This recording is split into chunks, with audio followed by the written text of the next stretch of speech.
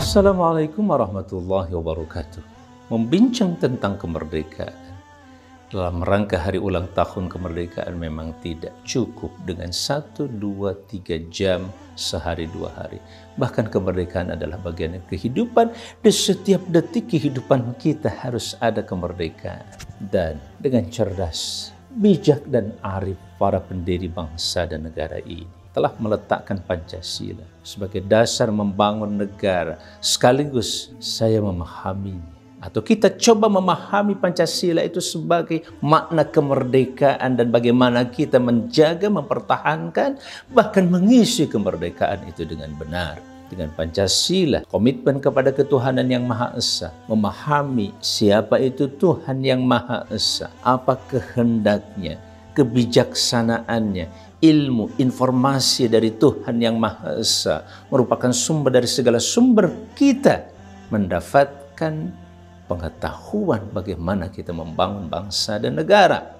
Mereka yang komitmen dengan kitabullah Al-Quranul Karim, khususnya ulama dan umat Islam, atau yang berkeyakinan dengan kitab sucinya yang lain, telah seksama dan bersama-sama kita membangun negara kesatuan Republik Indonesia, hidup secara berdampingan, toleransi yang sangat luar biasa tinggi dan saling memahami. Para pendiri negeri ini begitu toleran. Bagaimana 7 kata yang telah dirumuskan waktu itu untuk memberikan semacam kebebasan kepada umat Islam, khususnya menjalankan syariatnya, berhasil secara legowo dihapus. Untuk apa? Untuk menjaga kesatuan Republik Indonesia dalam catatan sejarah, jika itu benar. Tapi yang jelas, faktanya itu telah terjadi.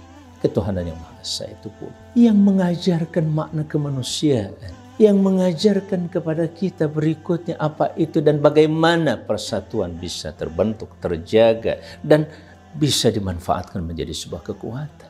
Ketuhanan pula yang mengajarkan makna musyawarah. Ketika Rasulullah SAW mengingatkan salah satu di antara yang akan menghancurkan kita adalah kebanggaan setiap individu terhadap pendapatnya. Ini pendapat saya, ini pemikiran saya, ini ide gagasan saya.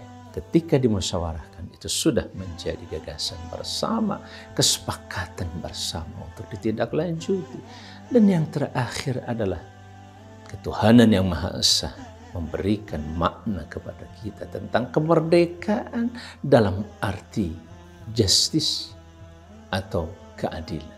Keadilan bagi seluruh rakyat Indonesia dari Sabang sampai Merauke. Masyarakat di timur, di tengah, dan di barat itu sama punya hak terhadap keadilan ini. Dalam berbagai kondisi dan situasi. Lagi-lagi jangan ada yang mengeksploitasi kondisi. Kita sedang pandemi, terus kita terapkan PPKM, atau kita terapkan yang namanya lockdown. Bagi masyarakat begitu ketat. Sementara bagi warga negara asing, bahkan tenaga kerja asing boleh berdatangan. Di saat kita sedang lockdown, di mana letak keadilan itu? Dan itu bukan 10, 20, 100, ribuan tenaga kerja asing datang di saat lockdown. Dan kenapa harus malam datang? Di tengah malam. Temuan itu sudah cukup banyak. Tidak bisa lagi ditutup-tutupi faktanya. Sudah ada, sudah banyak. Video filmnya bisa dicek mana yang hoax dan mana yang sesungguhnya.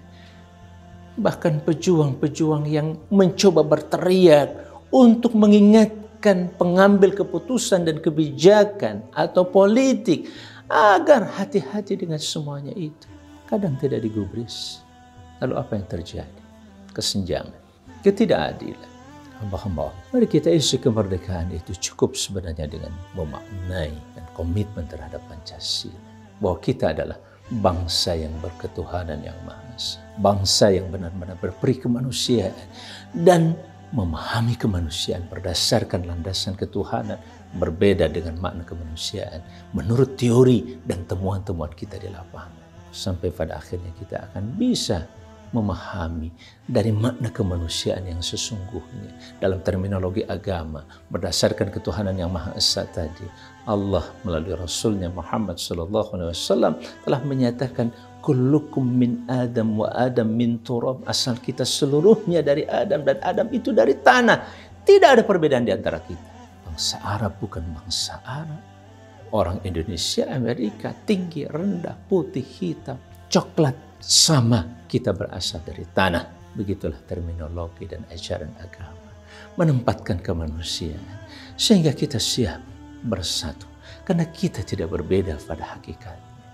Kalau ada perbedaan keyakinan, itu adalah perbedaan dalam pilihan yang seluruhnya akan dimintai pertanggungjawaban sudah barang tentu. Di negeri ini maupun dalam kehidupan kelak. Terutama yang meyakini kehidupan akhirat itu sendiri.